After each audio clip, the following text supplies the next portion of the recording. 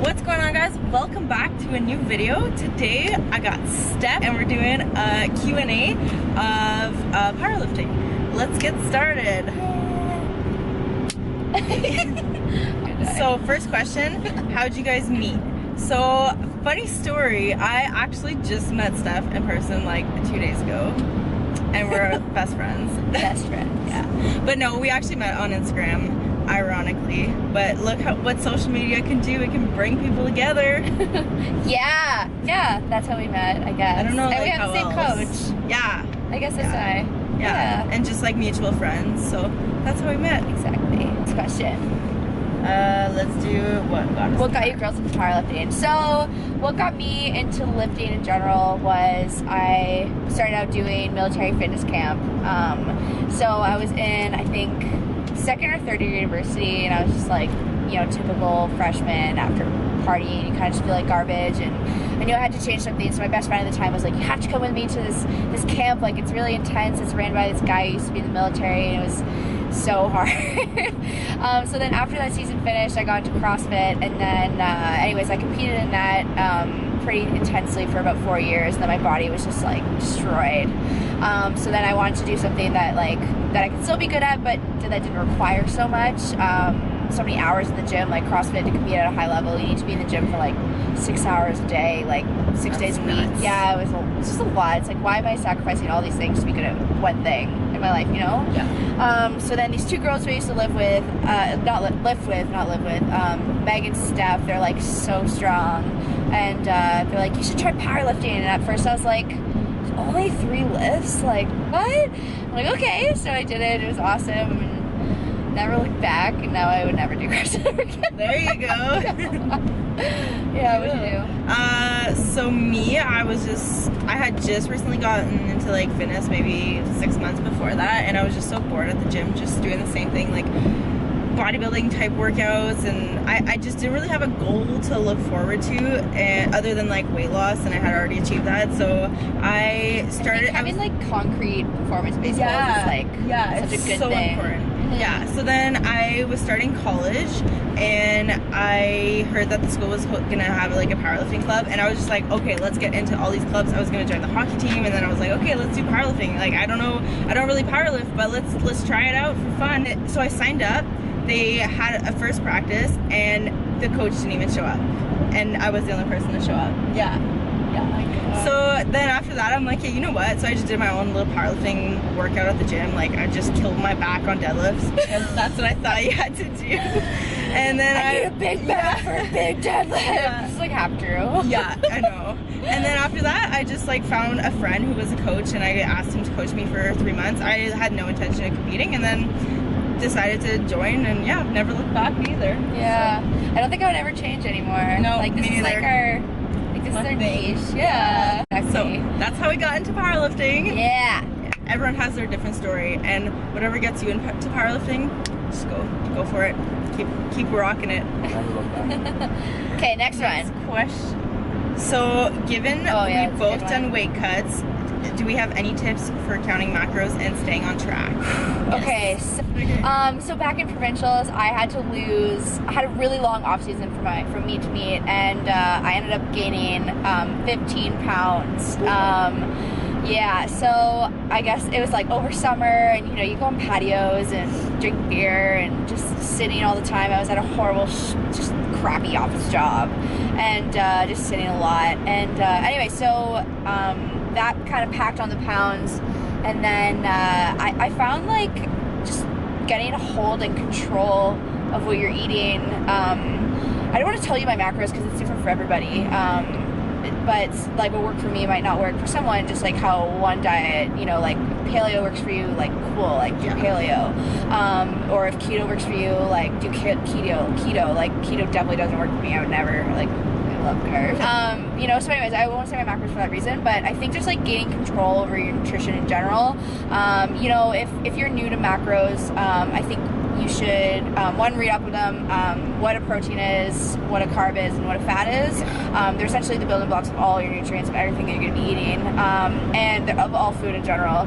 And just track your food for like the next 2 or 3 days, and then see kind of like if you have any discrepancies in there. Like if your carbs are really, really high, and then all of a sudden you're only eating like 40 grams of protein, like you probably need a little bit more protein in your diet. And I think just kind of gaining control and like having consistency like day over day, and really utilizing like those macronutrient intake for your programming and into your training sessions can really, really help weight loss. For sure. For me, so after my first competition that I weighed like 0.8 too much to be in the 63 kilo weight class, and I had to be like a 72, I decided to just you're actually 52 now. Yeah, so okay, when I got into powerlifting, I thought 20 kilo difference.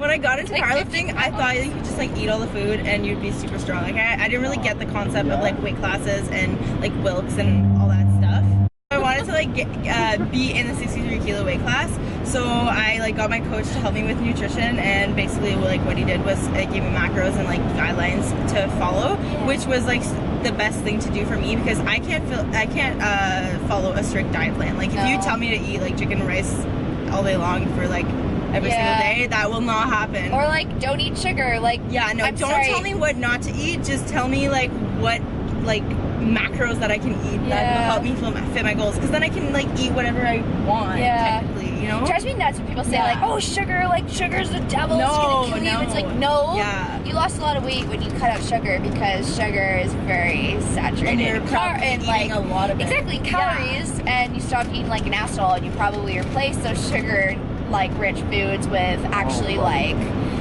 other good food that are lower in calories, and you lost weight that way. It's not sugar. Yeah, exactly. It's only sugar.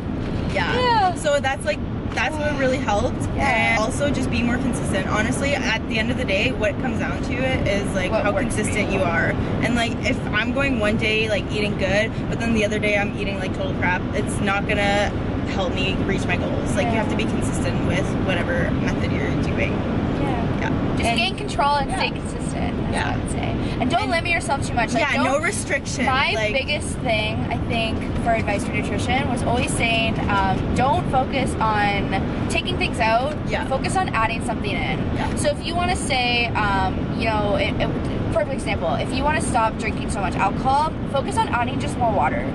If you want to stop eating like so many, I don't know, you don't want to have so many carbs on your plate, focus on just adding more vegetables into your meals.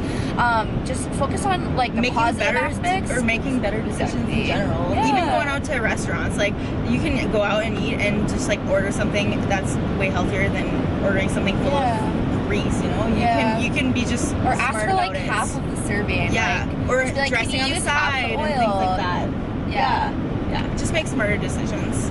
Alright, moving on. Next question. Okay, so our next question here is our most embarrassing moments.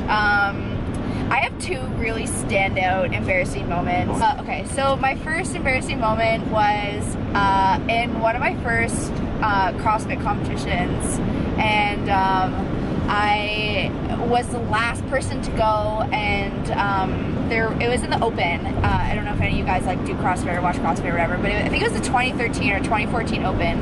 And essentially when there's a lot of like core exercises and then a heavy lift, girls, I hope you can relate, it doesn't really go well with the whole downstairs situation. So anyways, we did, the WOD had like a lot of toes to bar, and then all of a sudden in part B you had to do like a max clean and jerk in like 7 minutes or something like that. So all of a sudden once I like banged out all these toes to bar, like bam bam bam bam, and then all of a sudden I go part B where I have 7 minutes to get this max clean and jerk. I remember how there was like dozens of people just crowded around, like filming me, like watching me do this, like, you know, I had a few minutes left, it was like getting really heavy, and watching me do this clean, and all of a sudden once I like hit that bottom of the clean, my core was just like pooped at this point, and my pelvic floor just like totally let loose, and I peed everywhere. And I remember my my friend who was filming me at the time, she's all of a sudden she just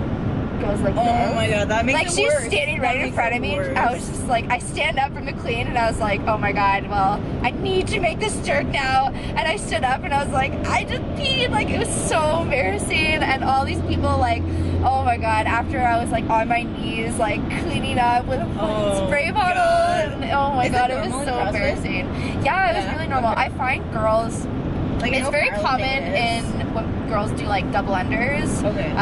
box jumps, and like catching the bottom of like heavy clean, because that bar is like on your frontal plane and it just kind of pushes everything down. But me, it always happens when I did like caught the bottom of heavy clean. Okay. Yeah, but double unders and stuff wouldn't really matter. But anyway, so peeing on the platform is not, or peeing anywhere when you're lifting is not normal. You should definitely see a pelvic floor therapist. So I saw one, and basically my pelvic floor was overactive. Like, essentially it was just like, it's just like how your glute med can be too tight, or your TFL can be really too tight, and that can like really carry over your squat patterns or any other lifting patterns. It's the exact same thing. So yeah, that So is it good now? Like, yeah, if you so were to I've do it, never you'd be fine? never ever again. Like, totally fine now. Cool. Yeah. Good to know. I need to go get that There's a fixed. way. I know. Well, my most embarrassing story, well, it's a peeing one too. It was yesterday on the platform. That was really bad. Okay, so recently, like at the last bit of my prep, like I've been peeing when I've been deadlifting, like a little bit, even squatting a little bit. And I like, obviously I want to go get that checked, but it was just so close competition, so I just like waited. Yeah, so yesterday as I'm doing my second attempt deadlift, and like I go and I lift it up, and right away as the bar's going up, like everything's coming out, like so much pee everywhere. And I got it up, but it was like such a hard lift too. Like if you guys, you'll see it in my video anyways. And like I even like shrugged the bar a little bit, and I got it up, and then I thought like the lift was good, but it wasn't, and all my pee was on the ground. And I like looked down after, and I was really like embarrassed, and I just like walked away. And I think I was more embarrassed at the fact that I even missed that lift. Like I peed for nothing. you know, it's just like, I need to get this lift. Like, this is gonna and be you like, can just like see it from every single angle of the videos that I've seen. Oh, it's so bad. Just like so much pee coming out. Yeah, so that was my most embarrassing pee story so far. So embarrassing. I'm gonna go see a pelvic physio when I get back. So I have another one. I wanted to say like a non like pee story, but it's, I feel like the most embarrassing things like are bodily functions. Just the way it is. Yeah. Which is weird, because like everyone pees. Shouldn't be like so taboo. No. But anyway, so I went to this gym and I was on a date, and so we're like, I was like lifting with this guy, and again we're maxing out we did like an EMOM with power or squat cleans or something. We're like working up to a heavy clean, and it was like at the end, and I caught the bottom of my clean, and I just was wearing, it was the summer and it was really, really hot, so I was wearing these like shorts, and I freaking caught the bottom of the clean, and I just peed all over the floor, and I was so embarrassed, because I'm like, oh my god, I'm on a date, like this guy's gonna judge me, like he's gonna think I'm wacko, like this is so embarrassing. So I stood up and I kicked my water bottle over, and I was like, oh damn it, darn it, like I'm such a klutz. And he has no idea, like this day, oh yeah, totally played it off so cool. It was like the most embarrassing, I think, because like it's like you're trying to be your like, you know, best self. You're gonna do it's just the way it is, right? Like when I was in my CrossFit competition, it's like those people I see every single day, like they see me, and like my most vulnerable state every day. Like it's like it was laughing matter. They call me Squirts for like the rest of the time that I was at that stupid gym. So annoying. And you're like, you're in a competition, so it's not like it's like not as bad, you know, but like just in like a normal day of training, like okay, I have another bad pee story, because apparently it's like most embarrassing pee stories. So me, when I went to Centrals in August, so we're driving to Quebec City, and it's like a 10, maybe 11-hour drive, and it was 2 days before I competed. I remember this game. Yeah, and I was drinking, like I drink 4 liters of water like every day, okay? So I was just like keeping everything good. I was already like, I had made weight, it's just I wanted to just make sure I was nice and like hydrated and all that. Anyways, so we're driving and we kept like getting stuck in traffic, and we left so late, so we were just like so delayed on time. And by the time we like passed Montreal and all the traffic, Eric was like, okay, we're not stopping anymore, because we had already stopped like 6 times to pee. He's like, we're not stopping anymore, we're gonna go like just get there and then you can pee. And I think there was like 2 hours left of the drive. Anyways, I had to pee so bad, and I was as if your own boyfriend would not pull over. Right? And like not even just on the side of the road, like I wouldn't even care. Anyway, so he wouldn't even pull over. But anyways, okay. So I was drinking a bunch of like coffees, 2 iced coffees, because I was so tired, so like that obviously didn't help. But anyways, he's like, no, I'm not stopping. If you need to pee, you can pee in a cup in the back seat. Yeah. And yeah, there you go. I peed in a cup. Girl, and why? Like that wasn't even the, like it was kind of really like just a shitty moment that I can't believe he made me do that. But the worst was thank God after. it wasn't actually a shitty moment, because yeah, okay.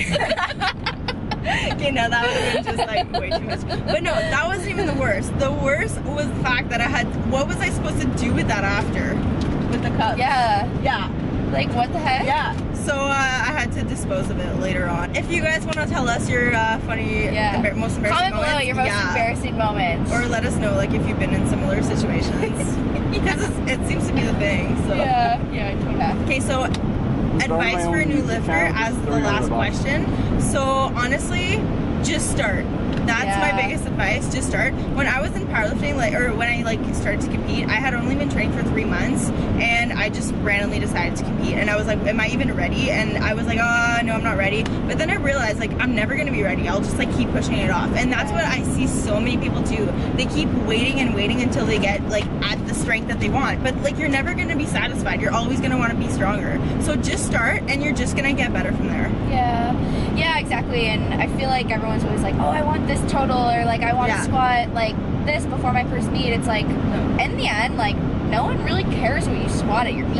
Like exactly. No one cares. As long as you're like you're just gonna do better than what you did. Like you're always gonna be yourself. Exactly. And it's like fighting like constantly. It's like constant like uphill battle like with what you expect of yourself, right? And I think my advice for a new lifter is I feel like the fitness industry in general is like it's very overwhelming for a new lifter to look in it and be like, oh my god, there's so many different routes that I can be taking right now. You know, like what federation do I compete in? Do I compete in CPU or do I compete in CPF? Like, do I do this or do I do that? Like, should I get a coach? Like, do I get a guy coach or a girl coach, or like who should I follow? And like all these things. I feel like just follow something that you think is really, really good, that fits your, like, ask yourself why do you want to get into this? And like what is important to you, and then find people who also feel that way, and then just kind of stick to them. And then also as regards to like following a program and stuff like that, you can go to the gym all the time, and like, you know, if you feel good that day and you want to squat, like you squat. Like I feel like everyone kind of starts out that way, but you can only really get so strong following that. It's not very like long term like, you know, all that stuff. Exactly. It's not really sustainable. So I think finding a program that you really, really like, and just sticking to that for like a while. Program hopping is the worst thing that you can do, especially if you're new. You're gonna find one program and then like 5 other programs are gonna be like, oh my god, like pick me, like, and all this stuff. So just stick to one for at least like a few months, especially if you're first starting out. And finding a good coach, like find someone that really understands like biomechanics, and someone who really understands like how to get strong, and actually like is looking out for not himself but you. Like you're the one that's important. You're the one who's like getting the coaching, and you're paying your coach to help you get somewhere. So get someone who's like get for someone that makes you feel like you're their only client. Yeah, and also that like your goals are his goals or her goals. 100%. Yeah. I think it's very responsible to get a coach. And in the end, like you're just gonna learn. Like it's a whole journey of learning. Like when I first started, there's so many things that I didn't know that now I know, and I still don't know a lot of things. So I'm just continuously learning, and that's just a part of it. And you'll make mistakes, and like you'll just learn from them. Exactly. All right, so that's it for this video, guys.